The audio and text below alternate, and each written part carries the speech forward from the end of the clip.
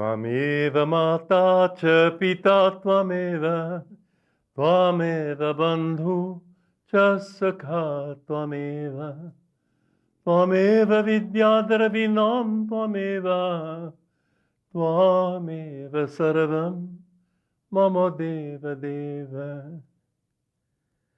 I bow to God in all his forms, including your forms. God is everywhere. God is in you.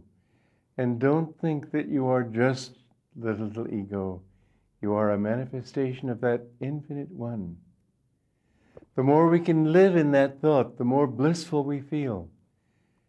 You know, it's a strange thing, but because the ego wants to be flattered, the ego wants to be pleased. What it's all about is understanding not that you have to suppress the ego, but that you have to expand it to infinity. The infinite self is your true self, and the amazing thing is that when you leave your little ego behind and merge in the infinite, you don't lose anything, you don't even lose that little self-consciousness, because there is always, my Guru said, the memory of having been you through many incarnations, and that memory can always be revived consciously, especially by devotees who will call to you and ask you to come. Let me read to you a little bit on this subject. It's a fascinating one. It's from my Guru's book, Conversations with Yogananda.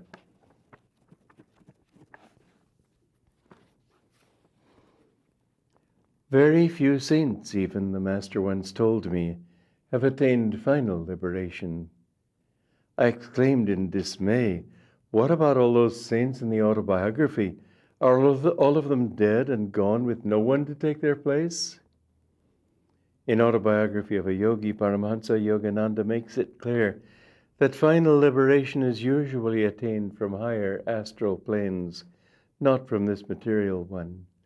It seemed to me at the time, however, that goal must be virtually impossible of attainment.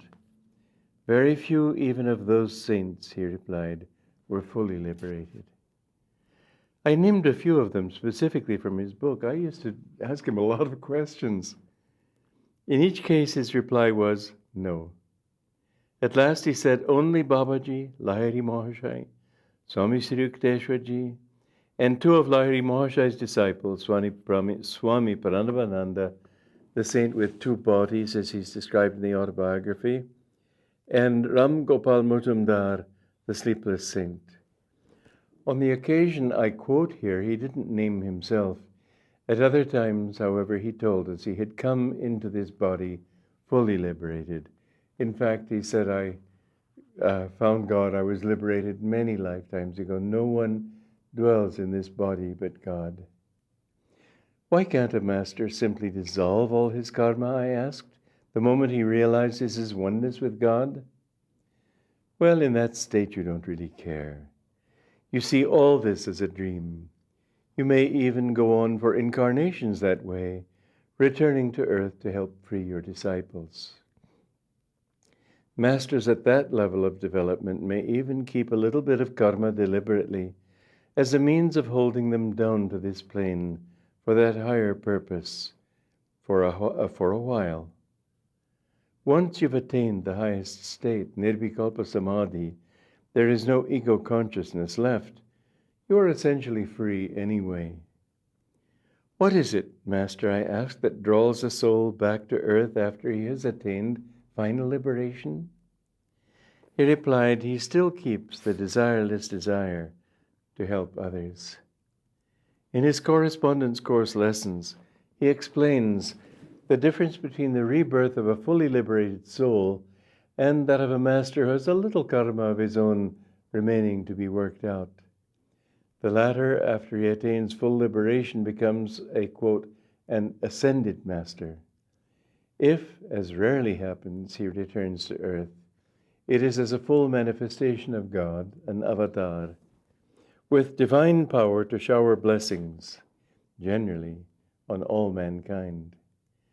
Those who still have some past karma of their own to work out return primarily to help their own disciples. These saints, called Jivan Muktas, or freed while living, are able to uplift a few but cannot carry innumerable disciples to God. Those, on the other hand, who return without any karma of their own, having become paramuktas, fully liberated in a former life, come as avatars.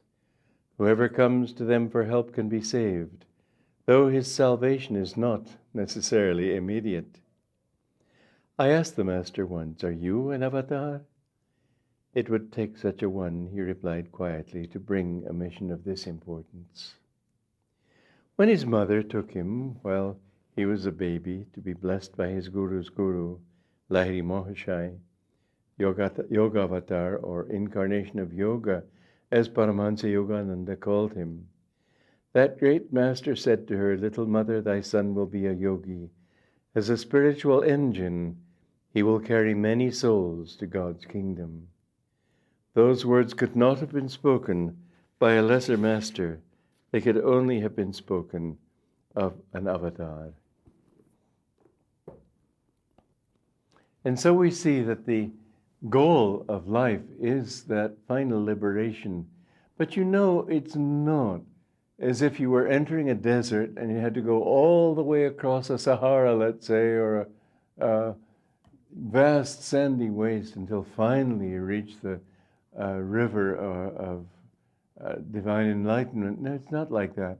It's that the country, everything becomes greener and more beautiful. Life becomes much more beautiful when you meditate.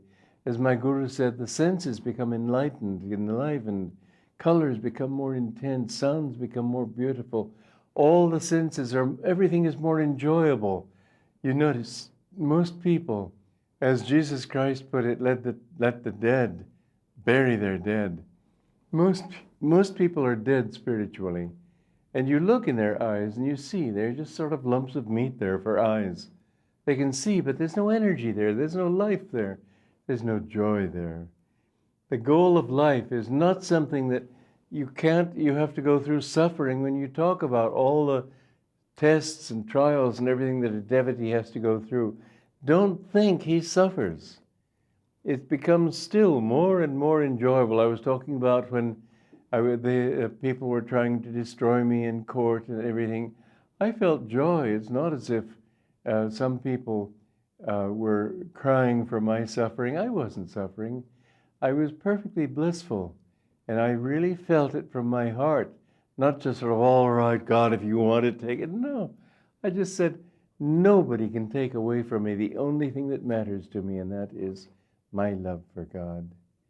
The more you love God deeply and the more you give everything to Him, it's not as if having given it all up, you've got nothing and you're stripped like a beggar. You know, there's that song, Door of My Heart, Open wide I keep for thee. And it's a Bengali song in which there is one stanza that my guru did not translate. It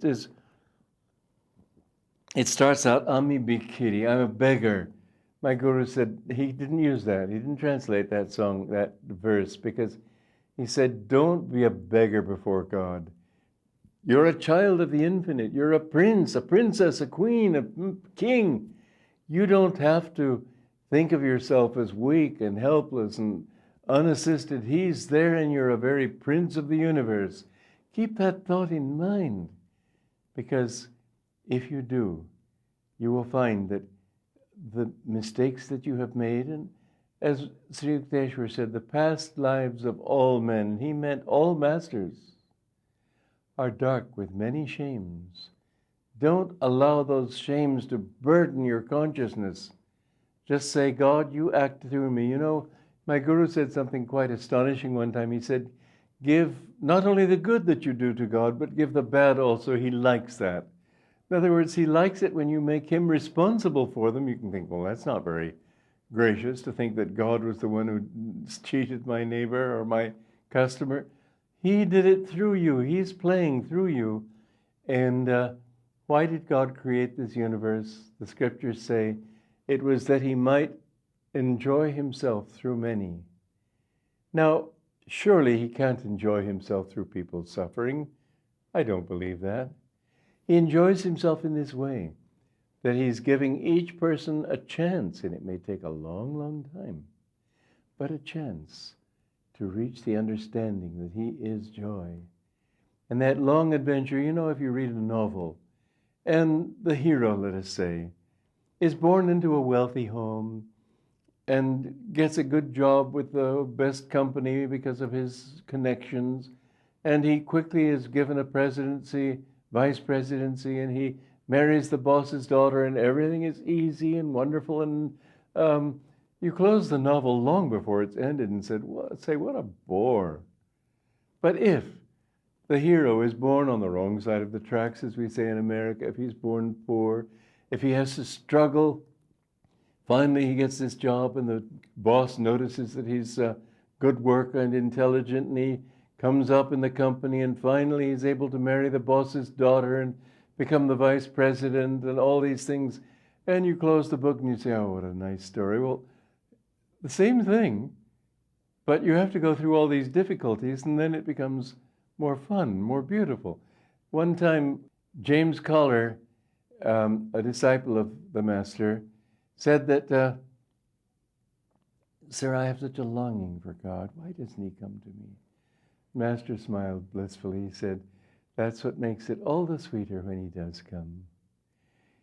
The pain of longing, the pang of striving for it, when it comes, it's so wonderful. And so God, in every one of us, goes through this long adventure, and it's a marvelous story. No novel could begin to equal it. But through all these people, they may be gundas, they may be thuggies, they may be mafiosi, and all sorts of people. But finally, they, over many mistakes, many incarnations, they realize, well, that didn't make me happy. Maybe if I try this, maybe if I try that. Bit by bit, they come to the point where they realize, well, every time I give away, I'm happier. Every time I understand what I'm looking for is inside, I'm happier. Bit by bit, they begin to understand that the source of it all, the secret of it all, is that happiness is not outside, that one person can enjoy something outside and another person will hate that very thing. It isn't the thing that makes you happy. Nothing in this world makes you happy unless you make yourself happy. That is to say, when you understand that you are making yourself happy when you have those great fulfillments, when you get that big job that you wanted, all these things are just ideas in your own mind that you've finally fulfilled, and then you are happy. It's in your own mind. Bit by bit, you come to understand, wait a minute, it's here already. What am I looking for outside for? And then, bit by bit, you come to understand that he is doing it all through me. And you see, God is enjoying himself through many because he's wanting through many to come to that final realization which comes to everybody in this world sooner or later. And it looks like very later sometimes because we can take a long time just wandering in delusion. But the time comes when finally you realize, that's what I am. Now, mind you, you realize that, yes, this house didn't mean anything. This fame and wealth and everything didn't mean anything. Everything is taken away from you because you've given it up. But there comes the thought that, and this comes to everybody too, You know a bird? It can be in a cage for 20 years. You open the gate of the cage, it's afraid to come out. It's used to its little cage. And so it is that you, in your meditation, suddenly find yourself breathless and you think, what's happened? Where's my body? And so you come back to it again, and bit by bit, you finally, like the little bird, it goes out and it finds that nothing is attacking it, and it flaps its wings a little bit, and finally says, well, let me try it. And so it flies, and suddenly it finds it can fly. And so the soul, coming out of the body, thinks, at first it's frightened, then bit by bit it sounds, well, it feels pretty natural, and finally you enter into the infinite. But you never lose, and this is the beautiful thing, you never lose your consciousness of having been that. God has become Ruth or Dawn or Prabhat or whatever. God has become all these different forms. There's a horrible story in the Bhagavatam. I hope it's not true. I don't like to think it's true. Krishna saying to Uddhava, look at that beetle there. He was Krishna at one time. Not Krishna, he was Indira at one time. King of the gods, and still you can fall. You can fall. I don't like to believe that story. I think sometimes, I hope, that the Shastras sometimes exaggerate to make a point, but the point is still well taken. No matter how high you rise, you can fall until you reach Nirvikalpa Samadhi, when you overcome the ego and know that God is the one doing everything. Still, in that final state, you never lose that consciousness of your own personality. This is the incredible thing about this universe, that God has become everything. He didn't create the way a carpenter creates from outside in. He creates from inside out. He is every atom. He is every ego. And the wonderful thing is that although people are sort of similar to each other, they imitate each other, but no two saints are alike. People make the mistake of saying, well, why isn't this one like that one? Why should they be? God is unique in every one. No one else will be like you. He has his own song to sing through you. And it will be unique in all eternity, in all this vast universe. So please, remember God. This is a beautiful chant that my Guru sang. It was given to him by St. Francis. God, God, God. From the depths of slumber as I ascend the spiral stairways of wakefulness, I will whisper, whisper, God, God, God.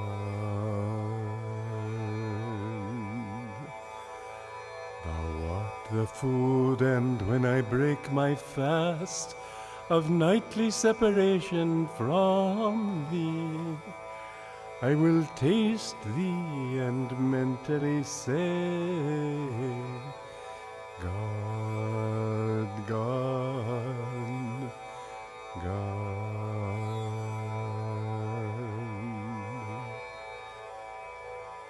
No matter where I go, the spotlight of my mind will ever keep turning on thee. And in the battle din of activity, my silent war cry will be, God, God, God.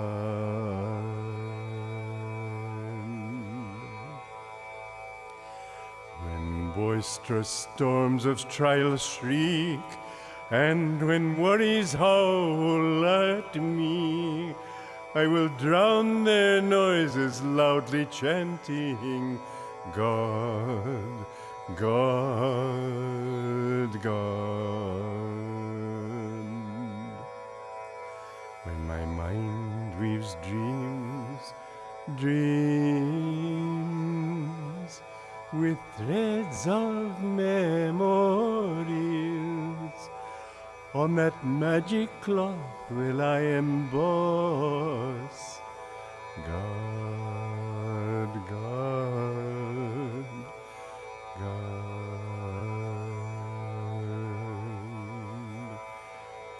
Every night in time of deepest sleep, when my peace dreams and calls, joy, joy, my joy comes singing evermore, God, God, God.